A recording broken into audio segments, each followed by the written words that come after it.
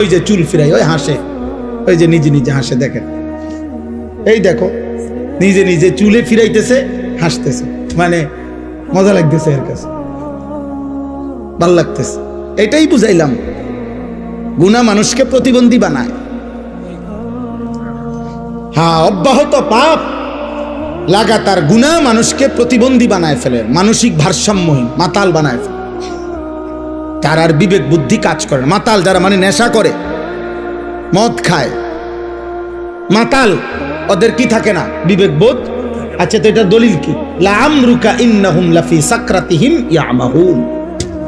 আল্লাহ তাআলা বলছে, বন্ধু আপনার জীবনের কসম, এই নাফরমানরা তারা তাদের গুনার অবাধ্যতার মধ্যে মাতালের মতো ডুবে আছে। আল্লাহ কোরআন বলছে, গুনাহ মানুষকে মাতাল বানায়, গুনাহ মানুষকে প্রতিবন্ধী বানায়।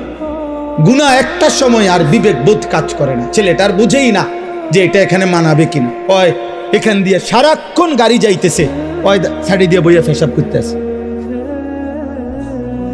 এখানে অসংখ্য মানুষ তাকাই আছে, মনে করেন ওই ওই ওর নারী দেখতেছে, মোবাইল দেখতেছে, ইয়ারফোন লাগাইয়া আপনার গান শুনতেছে।